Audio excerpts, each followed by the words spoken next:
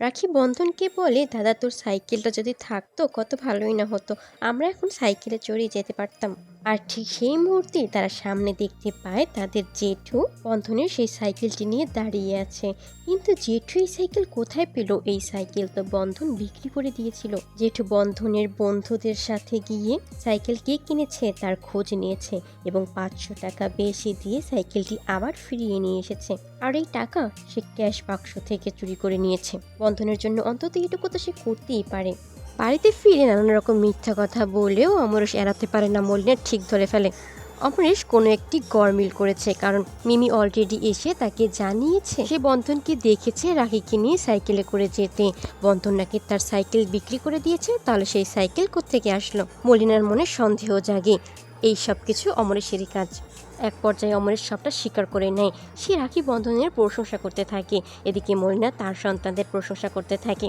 স্কুলে জিতে কাপ পেয়েছে ওরা, কিন্তু যখনই অমরেশ সত্যিটা বলে দিতে যাবে মিমি তার কাছে হাত জোড় করে, ইশারায় বোঝায় যেন বলে না দেয়। এর পরের সিনে দেখা যায় রাখিকে মদন অনেক কথা শোনাতে থাকলে রাখিও মদনের দোষগুলো বলতে থাকে। সে যে আলু ভাজার সাথে দুপাত্তর খেয়ে নেয়, মদন রাখিকে নিষেধ করে এসব কথা এখন বলে দিতে। রাখি এখন অনেক গুণী মানুষদের নাম জানে, যেমন ঈশ্বরচন্দ্র বিদ্যাসাগর, রবীন্দ্রনাথ ঠাকুর, আরো কতজনের। আগে তারা কত কিছুই না লেখালেখি করতো, তাদের নিয়ে কত কথাই না হতো। এখন আর কেউ এরকম লেখক হয়ে ওঠে না কেন? রাখি প্রশ্ন করে তার জেঠুকে। এদিকে বন্ধন বলে তাকে যদি কখনো কিছু লিখতে বলা হয় তাহলে সে তার জেঠুকে নিয়ে লিখবে, কত ভালো মানুষ তার জেঠু। এদিকে খাবার টেবিলে খেতে বসার পরে রাখির মুখ থেকে ফার্স্ট হওয়ার কথাটা প্রায় উঠেই যাচ্ছিল, কিন্তু মিমি রাখির মুখ চেপে ধরে। যদি মদন মামা জেনে ফেলে তাহলে তো তার মাকেও বলে দেবে, তাহলে মিমির চেয়ে আর রক্ষে থাকবে না। এদিকে মলিনা বাড়িতে নেই, সেই সুযোগে মদন কি সব খাবার সার্ভ করতে বলা হয়। মদন তখন একাই বসে কান্না করতে থাকে। সবাই খাচ্ছে, তাকে দিয়ে সারাক্ষণ কাজ করাচ্ছে। তার দিদি আসুক ঠিক বলবে। তার খাবারের প্রতি তো কারো খেয়ালই নেই, সে খেলো না খেলো। এরই মধ্যে দেখা যায় মালবিকা এসে উপস্থিত হয়ে যায়, সে ঘি নিবে বলে। আর অমরেশেরও মালবিকাকে দেখে আবার সেই ভালোবাসার কথাগুলো জেগে ওঠে। এর পরের সিনে দেখা যায় সুকল্যাণ মিত্র রিকিয়ার কাছে ফোন দিয়ে তাকে হুমকি দিতে থাকে। সে তো এখন সব্যসাচীর সাথে সম্পর্ক করছে, এরকমটাই প্রেম করতে থাকে। রিকিয়া ভীষণ কান্না করতে থাকে, তার মাকে এভাবে দেখে বলতে থাকে মা কাঁদছে, মা কাঁদছে। আর এরই মধ্যে স্কুলের সেই ম্যাম এসে রিকিয়াকে বলতে থাকে সে তার ক্ষমতার সূত্র ধরে রাখিও স্কুলের স্টুডেন্ট না হওয়ার সত্ত্বেও রাখিকে প্রতিযোগিতায় অংশগ্রহণ করার ব্যবস্থা করে দিয়েছে, রাখির নাম দিয়ে দিয়েছে। কারণ কি, কিসের ইন্টারেস্ট, ক্যাশ নাকি কাইন্ড? চার্জ করাপশনের মিটিং বসছে এই নিয়ে। রিকিয়ার চাকরিটা নাও থাকতে পারে, সে আর এই প্রিন্সিপালের দায়িত্বটা নাও পেতে পারে। ঠিক সেই মুহূর্তে রাখি বন্ধনে সেখানে সে উপস্থিত হয়ে যায়। আর সে শিওর হয়ে যায় রিকিয়া যা যা করেছে ইচ্ছে করেই করেছে। রাখির সাথে তো তাদের যোগাযোগ হয়েই গেছে। কি এই মেয়েটি রাখি? তো তা না, তখন রাখি রাখি বলে ওঠে। রিকিয়া তাকে তার বাড়ি ছেড়ে চলে যেতে বলে, কিন্তু সে বলতে থাকে রিকিয়ার চাকরি কি করে থাকে তাও তারা দেখবে, সে তো অনেক বড় অন্যায় করে ফেলেছে। আর তাকে নিয়ে ডিসিশন নেওয়া হবে ঠিক অ্যানুয়াল ফাংশনের পরেই। এরই মধ্যে রাখি কান্না করতে করতে বলতে থাকে তার দিদিমণিকে কেন বকাবকি করা হচ্ছে, তার তো কোনো দোষ নেই, সে খুব ভালো আর তাকেও খুব ভালোবাসে। কিসের টাকার কথা বলছে সে? তারা কেন টাকা দিবে? সে কি জানে না তারা কতটা গরিব? তারা তো খেতেই পারে না, তার দিদিমণিকে টাকা কি করে দিবে? সেই ম্যাম সেই মুহূর্তে সেখান থেকে চলে যায়। রিকিয়া ভীষণ কান্নায় ভেঙে পড়ে। সে রাখিকে তবুও ভরসা জোগানোর চেষ্টা করে। এদিকে বন্ধন তার রিকিয়া দিদিমণিকে বলতে থাকে দিদিমণি আপনি যদি এভাবে ভেঙে পড়েন তাহলে আমাদের কি হবে? রিকিয়াও তখন উঠে দাঁড়ায়। না, তাকে তো এভাবে হার মেনে গেলে হবে না, তাকে তো এ পর্যায়ে জিততেই হবে। সামনে ড্রয়িং প্রতিযোগিতা রয়েছে, আরও নানা রকমের আয়োজন করা হবে, নাচ গান থাকবে, অনেক বড় করে অনুষ্ঠান করা হবে।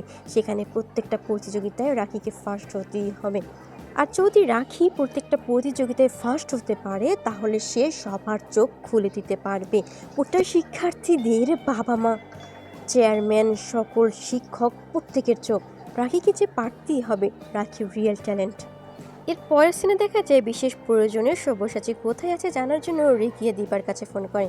দীপা জানায় আছে হয়তো কোর্টে, তাই হয়তো ফোন তুলতে পারছে না। রিকিয়া তার হাজবেন্ডের কথা কিছু একটা বলতে গিয়েও বলে উঠতে পারে না। দীপা ভুল বুঝে আবারও ফোনটা রেখে দেয়। এদিকে তন্নি তার মাকে জানায় এবার স্কুলে যা যা প্রতিযোগিতা হলো সেই সব প্রতিযোগিতায় রাখি ফার্স্ট হয়েছে। কিন্তু তন্নির মা অবাক হয়ে প্রশ্ন করে, কিন্তু রাখি তো স্কুলের স্টুডেন্টই নয়, তাহলে কি করে পার্টিসিপেট করলো? তন্নি তখন তার রিকিয়া ম্যামের কথা বলে, সেই নিয়ে যে স্কুলে গন্ডগোল হচ্ছে তাও সে তার মাকে জানায়। এগুলো তন্নি আশেপাশ থেকে শুনেছে। এদিকে রিকিয়া ভালোভাবে রাখিকে প্র্যাকটিস করতে বলে, কিন্তু রাখি দল কোথায় পাবে? বন্ধন গান গাইবে এবং বস্তির যে ছেলেমেয়েগুলো আছে তারাই রাখির সাথে পার্টিসিপেট করবে। বন্ধন এমন একটি গান গাইবে যে গানের মাধ্যমে বোঝানো হবে তামি পাঠশালাতে পড়তে গেলে কতটা হয়রানি হতে হয় গরিবদের পড়ার কোনো অধিকার কেন নেই সেখানে। সকল ম্যামরা কিভাবে তাদেরকে অপমান করে যখন তারা ভর্তি হতে যায়। শুধুমাত্র গরিব বলে মেধাবীরা সেখানে পড়তে পারে না। রিকিয়া রাখিকে বলতে থাকি জীবনের সব পর্যায়ে সে হেরে গেছে, এবার যেন রাখি তাকে জিতিয়ে দেয়। রাখিও কথা দেয় তার দিদিমণিকে সে জেতাবেই, সে ফার্স্ট হবেই হবে। এর পরের সিনে দেখা যায় মিমির ম্যাম মিমিকে পড়াতে যায় এবং মিমিকে কথা শোনাতে থাকে সে কেন পারছে না, তাকে অনেক প্র্যাকটিস করতে হবে। মলিনা তাকে পায়েস খেতে দেয়, ঠিক তখনই রাখি এসে বলতে থাকে ওই পায়েসে যে দুধ দেওয়া হয়েছে সেই দুধে তো বিড়ালে মুখ দিয়েছিল, তাই দিয়ে পায়েস করে আপনাকে খাইয়ে দিচ্ছে। মলিনা রাখির কথাগুলোকে মিথ্যে প্রমাণিত করার চেষ্টা করলেও সেই ম্যাম তখন বলতে থাকে সে পায়েস খায় না। রাখির জেঠি তখন রাখির উপর ভীষণ ক্ষেপে যায়। রাখিকে কে বলেছে এখানে আসতে, সেখানে কি করছে? রাখিকে এখান থেকে চলে যেতে বলে। এদিকে রাখির জেঠিমা সেই কাপ এনে ম্যামকে দেখাতে থাকে মিমি কত বড় একটা কাপ নিয়ে এসেছে।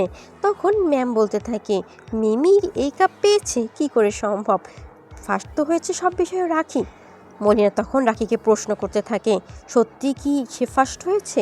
রাখি কি গিয়েছিল ওখানে প্রতিযোগিতায় অংশ নিতে? তার মানে কি মিমি বাচ্চু ওই প্রাইজগুলো পায়নি? রাখি বন্ধন কেউই সত্যটা বলতে চাইছিল না, কারণ বললেই মিমিকে অনেক বকা খেতে হবে, মারও খেতে হবে। কিন্তু মলিনা বাধ্য করায় তারা বলে ফেলে। ভিডিওগুলো পেতে চ্যানেলটি সাবস্ক্রাইব করে রাখুন, লাইক করতে ভুলবেন না। সবাইকে অসংখ্য ধন্যবাদ।